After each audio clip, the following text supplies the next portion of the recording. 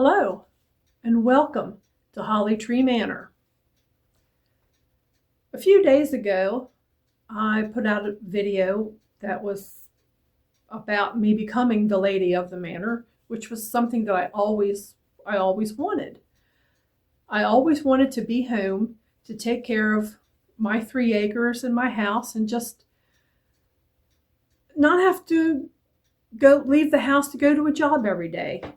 That was what I was working towards when I thought about my retirement. I was working towards that goal to become the lady of the manor. Along the way, there were some obstacles and some things happen that you just can't plan for. But one thing I could plan for was my finances. And I thought maybe today I'd just take the opportunity and tell you what I did. Now, first off, I'm not a financial planner. I'm not a financial advisor. I'm not a financial anything. Any term you want to apply to somebody who gives that kind of advice, that's not me. I can only tell you what I did in my life and what I do now to stay on top of everything. That's all I can relate to you. And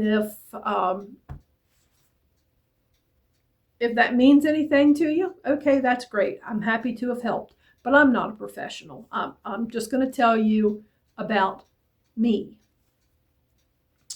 According to Pew Research, I'm in a middle tier of income, along with 51% of other Marylanders.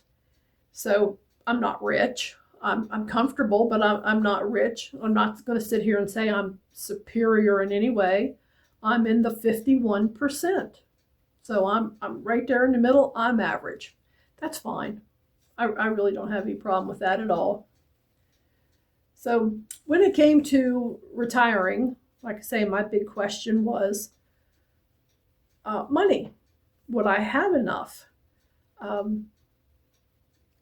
We knew when my late husband, was first diagnosed with cancer back in 2000, we knew then that in all probability I was going to outlive him, which of course I have.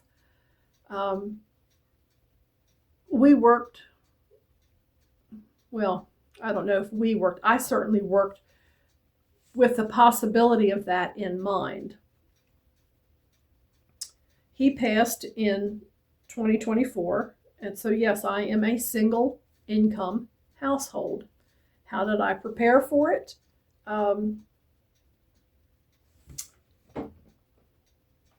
Emotionally, it wasn't easy. When your spouse or your partner gets a cancer diagnosis, it is life-changing. You don't like to think about losing your partner or your spouse. But mine was a very logical and pragmatic man. He understood why I opened accounts that were in my name only. He insisted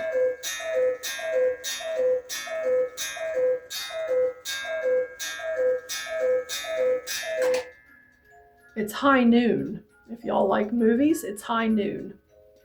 Anyway, my husband insisted that when I bought vehicles for my use, that they be registered in my name only.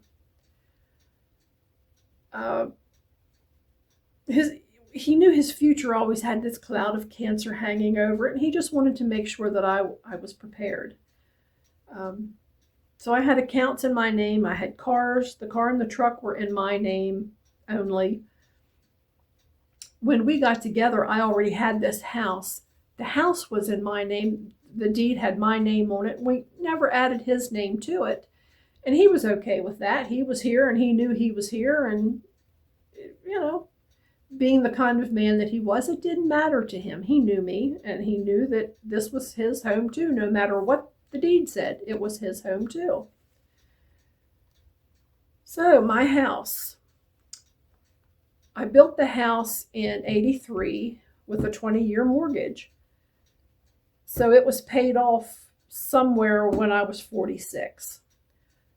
After a little bit of a splurge, I took the money that was going into the house payment. I took that money and I started banking it. Excuse me. The first thing I did was create what I called my slush fund. And that was just money that I set aside into savings in case I would need it. It was a cushion for me against the unforeseen. And, we all have the unforeseen things. So a couple of years before my projected retirement date, and I was pretty sure that I was going to retire at age 65, I replaced a few appliances. The slush fund covered that. Now, I don't dip into the slush fund very often. It has to be a high ticket item like a new refrigerator, like a new washer and dryer, new dishwasher, before I would dip into the slush fund, or it would have to be some kind of real emergency with one of my vehicles or something before I would tap into the slush fund.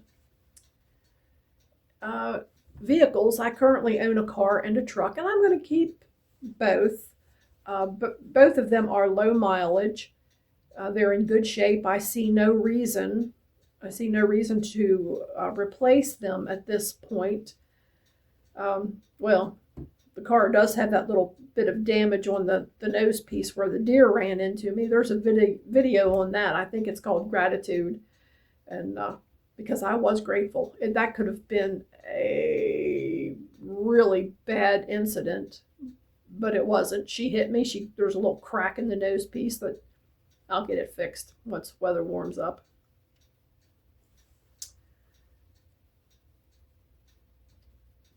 But I had my vehicle loans paid off before I retired. Now that I am retired and I've kind of settled into what my needs are and what my finances are, I could, if I wanted to replace one of the vehicles, I would be able to do that. Mostly because I live well below my means. Another thing that we did, both of us, we paid off all our credit card debt. And we stayed out of debt. He stayed out of debt, and I stayed out of debt. Do I use a credit card? Yes, I do. I have one that I use at the gas station, at the grocery store. If I'm going to buy online, you have to have a credit card. So I use one. It's a tool. I use it like it's a tool. When I keep a check on the balance, go in, pay it off weekly sometimes, but certainly before the due date, pay it off 100%. I never let it roll over. And I never spend more than is in my budget.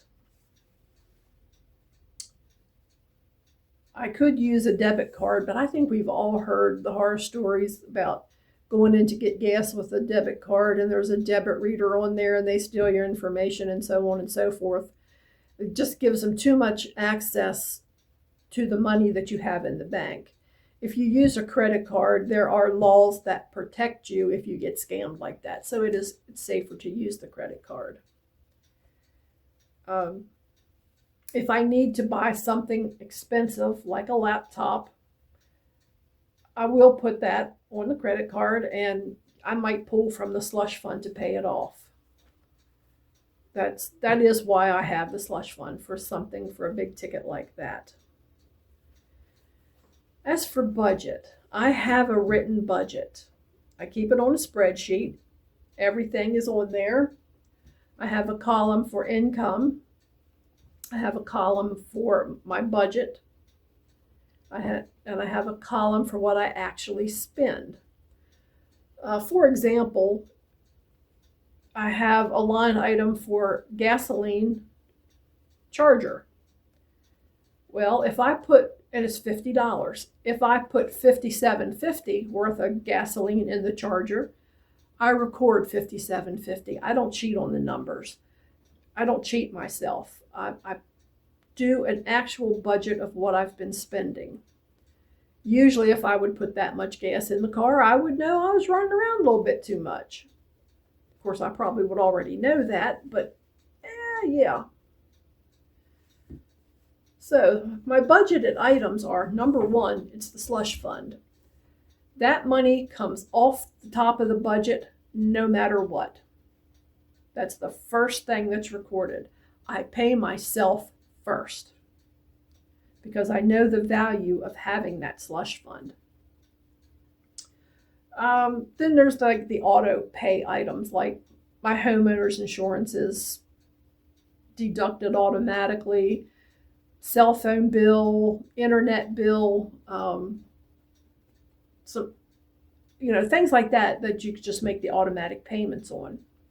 That's the next thing on the budget. I have line items for utilities and food, and household items. That's all on there. I also have a line item for a couple of streaming services that, of course, that gets paid for by the credit card too. And as far as the streaming services go, I rotate through them. Like if you want to get, that one with the big N, I might get it for a month and watch whatever new stuff is on there that I want to watch, and then I cancel it. And the next month I might go over to the one that starts with the big D and get that, watch whatever's new on there for a month, whatever I want to see. And then there's a whole bunch more. I mean, you can just go A to Z on the streaming services. But I rotate through them. I don't see any reason to keep them forever and ever, amen, when there's nothing new on there and I won't be watching them. The exception to that is I do have the Weather Channel, because you never know when you're really going to watch the Weather Channel and see the snowstorm coming or the hurricane or, whatever. And the other one is Paramount Plus, which there's weekly shows that I go in and watch from Paramount. If they show on Tuesday, I can go in on Wednesday and Thursday and watch them. It doesn't matter that I'm watching them like 2 days late. I don't care. So I keep those two, and that's the only two that I keep permanently. Another thing you hear people talk about when you're talking finances, they talk about how many times a person eats a meal out. Do I eat out? Yes, I do. It's in the budget. I eat out approximately once a week. I meet my girlfriends for lunch. There's a classmates dinner that we go out to dinner once a month. I have lunch with the pastor of my church once a month. So it's all there in the budget. I typically allow $22, and that covers it. I usually only spend like 18 or 19, but I allow for a little bit more, because you don't know. They might have a special that I might want, or I might decide that, hey, tonight I want a steak, or it just depends. But I'm honest about what I spend, and I put it in the column. If I go over, I go over. It helps me to know that I've gone over, and if I go above my allotted budget amount, I want to know where that is, and I want to know why. And then there's the column for the non-budgeted items. And that is my danger zone, my own personal danger zone. That's where I have to watch myself. The way my spreadsheet is set up, I have a column that has my actual budget, what I know I must spend. Like say on the insurances and all the other stuff. I know what's going to be coming out. Utilities, cell phone, all that kind of stuff is pretty much set amounts. There it is. And then I have the column, which is what I actually have spent. And of course, there is on the spreadsheet, there's a number that changes. Every time I add something to the actually spent column, that number decreases. And then, of course, it's also subtracted with the amount of my income. And it's too easy to look at that and say, well, you still have X number of dollars that you haven't spent. You could go buy this. Yeah, no, that's what I have to watch out for. It's just too easy to do something like go out to Amazon and say, I'm going to buy this. So I have to work hard at being disciplined about just going out and buying whatever I want to buy. Even though I could, I have to be disciplined. I have to sit back and say, oh, do you really want this? How bad do you want this? Do you need this? So that's something, the discipline is something that I've had to really cultivate. And it's kind of paying off. I have money left every month. And, I get to a certain point and it's like, okay, now I can go have a little spending spree because this money's 3 months old. I haven't needed it. Probably won't. I'm going to go spend it. That's just me. I'm not saying that that's going to work for you, but that's me. So, retiring, even though I was really looking forward to it and I planned for it, really was a shift in my perceptions.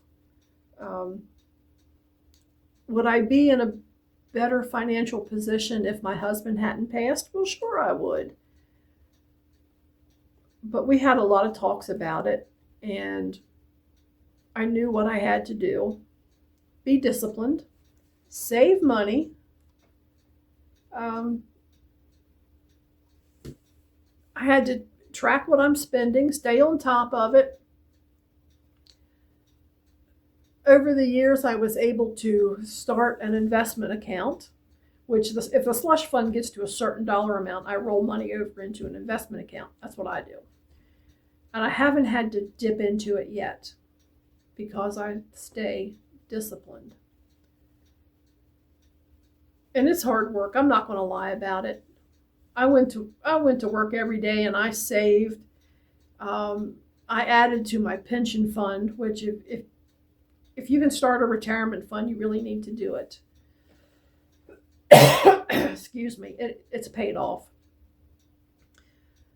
I'm lucky. I got to start a pension fund, seriously start saving in a pension fund 30 years ago. And it really did make a difference. So I hope you were able to do that. I hope if you're seeing this, you'll be able to start one and help make it pay off. I didn't know I would end up alone. I didn't know my husband would pass, but here I am. Excuse me.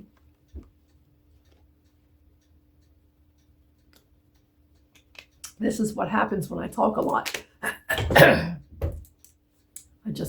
My throat just goes on me. So you don't think that you're going to be alone, but you have to plan for that contingency. So here I am. I pay attention to my finances. I pay attention to what I'm doing, and I'm thriving in retirement. And if I can do it, I think anybody can do it. You pay attention and be disciplined. So thanks for visiting Holly Tree Manor today. That's about all I need to say on that, I think. So like and subscribe if you would, please. If I have any more thoughts on retirement, I'll maybe do another video and ramble on about what I'm doing and how it's working for me. And if there's anything in that that's of value to you, hey, that I'm glad. That's why I'm doing this. If it's of no value to you, okay, I'm sorry. Sit back and laugh at me. It's okay. People have laughed at me before. So anyway, thanks for being here and visiting Holly Tree Manor. Stay safe and look for joy in everything you do. Thank you.